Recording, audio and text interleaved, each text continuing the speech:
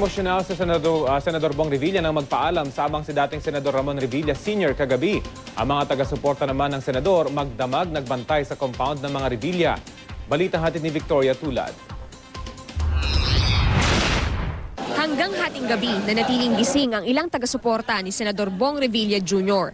May bit-bit pa silang poster na nagpapakita ng pagmamahal at suporta kay Revilla. Ang ilang bata na isinama ng magulang sa karton na natulog. Ang mga may edad naman mistulang walang kapaguran sa pagbabantay. Masama raw ang kanilang loob dahil tiyak nilang ginigipit lang ang senador. Wala silang alam, hindi nila alam kung ano ang pagkatao ng aming senador. Kaya dito masasabi namin talaga na ang aming suporta para sa aming senador dahil alam namin na hindi siya gumagawa ng hindi tama para sa bayan. Para sa akin, iyon ang ginagawa nila dahil hindi siya kakampi ni Presidente, hindi ba?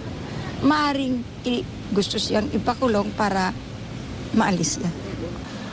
Hanggang 1:00 ng madaling araw, tila hindi pa rin makatulog si Senador Bong Revilla na abala sa pakikipag-usap sa telepono. Ang kanyang misis na si Cavite Representative Lani Mercado naman, kinamusta pa ang mga taga-suporta. Dumagsa ang mga taga-suporta ni Revilla nang maglabas ng resolusyon ang Sandigan Bayan para iutos ang pag-issue ng warrant of arrest laban sa senador. May nakita raw kasi itong probable cause o sapat na basihan para ipaaresto ang senador. Makalipas ang ilang oras, lumabas ng bahay at nagsalita sa media si Revilla na bagamat tila palaban ay emosyonal. Utang ko po sa inyo kung ano man po ang aking narating ngayon. Maging sa larangan ng public service, maging sa larangan ng pag-aartista. Mr. President, handa po akong magpakulong kahit saan nyo ko ikulong. Dahil ako'y naniniwala na wala akong kasalanan at hindi po ako natatakot, Ginoong Pangulo.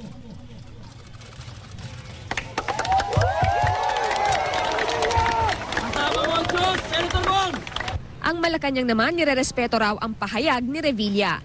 Ipinauubayan na raw nito sa mga otoridad ang pagganap sa tungkuling itinakda sa kanila nang naayon sa batas at may paggalang sa karapatan ng mga aarestuhing personalidad.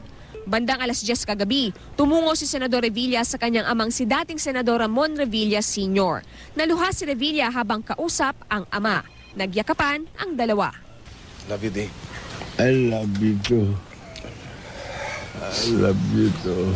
Ang may bahay ni Revilla naging emosyonal habang ikinukwento ang epekto sa kanyang mga anak ng napipitong pag-aresto sa senador.